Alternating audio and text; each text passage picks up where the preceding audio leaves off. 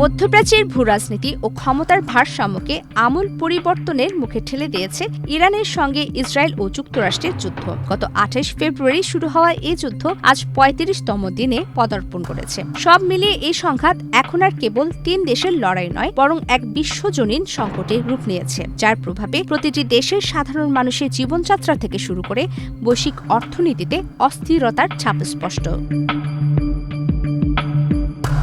দীর্ঘদিনের Iran Israel উত্তেজনা নতুন মাত্রা পেয়েছে যুক্তরাষ্ট্রের প্রত্যক্ষ সম্পৃক্ততায়। এর সঙ্গে যুক্ত হয়েছে লেবানন, সিরিয়া ও ইরাক ভিত্তিক সশস্ত্র গোষ্ঠীগুলোর সক্রিয় অংশগ্রহণ। ফলে সংঘাতের পরিধি ও গভীরতা দুটোই বেড়েছে। ইরান ড্রোন ও ক্ষেপণাস্ত্র হামলার কৌশল ব্যবহার করে ইসরায়েলের প্রতিরক্ষা ব্যবস্থাকে চ্যালেঞ্জ জানাচ্ছে। তাদের উন্নত ড্রোন প্রযুক্তি ও বিস্তৃত মিসাইল ভান্ডার ইসরায়েলের আয়রন ডোম ও অ্যারো প্রতিরক্ষা ব্যবস্থার উপর বাড়তি চাপ সৃষ্টি করছে। অন্যদিকে যুক্তরাষ্ট্র সাইবার হামলার মাধ্যমে ইরানের বিদ্যুৎ ও পারমাণবিক অবকাঠামো অচল করার প্রচেষ্টা চালাচ্ছে।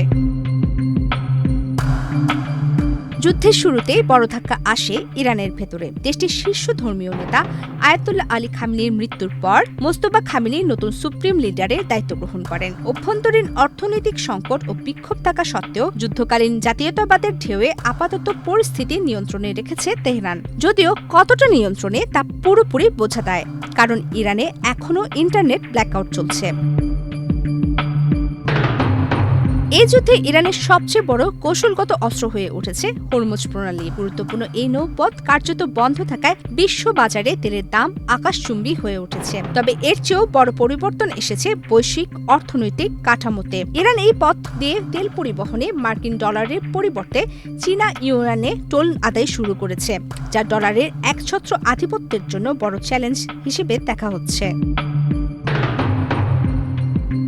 সংঘাতের প্রভাব ইতিমধ্যেই বৈশ্বিক অর্থনীতি ও জ্বালানি বাজারে পড়তে শুরু করেছে। উপসাগরীয় অঞ্চলের অস্থিরতা আন্তর্জাতিক তেল সরবরাহকে ঝুঁকির মুখে ফেলেছে। হরমুজ প্রণালী ঘিরে যেকোনো উত্তেজনা বিশ্ববাজারে তাৎক্ষণিক প্রতিক্রিয়া তৈরি করছে। একই সঙ্গে মধ্যপ্রাচ্যে কর্মরত কয়েক লক্ষ বাংলাদেশি প্রবাসী সহ কোটি কোটি শ্রমিকের কর্মসংস্থান ও নিরাপত্তা এখন চরম অনিশ্চয়তার মুখে, যা দক্ষিণ এশিয়ার দেশগুলোর রেমিটেন্স প্রবাহে বড় ধরনের ধাক্কা দিতে পারে।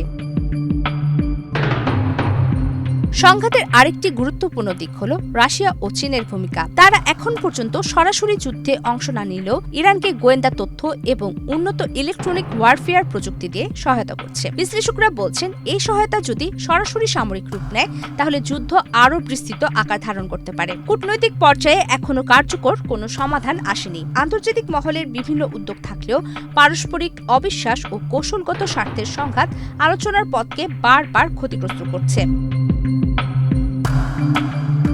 এর মধ্যে যুক্তরাষ্ট্রের তেলের বাজারে বড় ধরনের ধাক্কা লেগেছে। গত বৃহস্পতিবার একদিনে তেলের দাম প্রায় ১২% বেড়ে প্রতি ব্যারেলে $11 পর্যন্ত বৃদ্ধি পেয়েছে। এতে বৈশ্বিক মুদ্রাস্ফীতি বাড়ার আশঙ্কা জোরালো হয়েছে। অন্যদিকে যুক্তরাষ্ট্রের পক্ষ থেকে দেওয়া ৪৮ ঘণ্টার যুদ্ধবিরতির প্রস্তাব ইরান প্রত্যাখ্যান করেছে বলে জানা গেছে। তেহরানের দাবি, তাদের ভূখণ্ডে হামলা বন্ধ এবং ক্ষতিপূরণ নিশ্চিত না হওয়া পর্যন্ত কোনো আলোচনা সম্ভব নয়। একই সময়ে জাতিসংঘ নিরাপত্তা পরিষদে শান্তি প্রস্তাব নিয়ে রাশিয়া ও চীনের অবস্থান এই সংকটকে আরও জটিল করে তুলেছে। প্রেসিডেন্ট ডোনাল্ড ট্রাম্প ক্ষমতায় আসার পর থেকে শান্তির কথা বলেও বর্তমানে তার অবস্থান অনেকটাই উল্টো। ট্রাম্প একদিকে আলোচনার সুযোগ খোলা রাখার কথা বলে অন্যদিকে সামরিক চাপ বাড়াচ্ছেন। ইতিমধ্যে ইরানের তেল শোধনাগার লক্ষ্য করে B-52 বোমারু বিমান মোতায়েন করা হয়েছে। সব মিলিয়ে মধ্যপ্রাচ্যের এই সংঘাত কোন দিকে গড়াবে তা এখনো অনিশ্চিত। তবে একটি বিষয় স্পষ্ট যে এই যুদ্ধ শুধু একটি অঞ্চলের মধ্যে সীমাবদ্ধ নয়, এর প্রভাব পড়ছে বিশ্ব অর্থনীতি, জ্বালানি নিরাপত্তা এবং আন্তর্জাতিক রাজনীতির প্রতিটি স্তরে।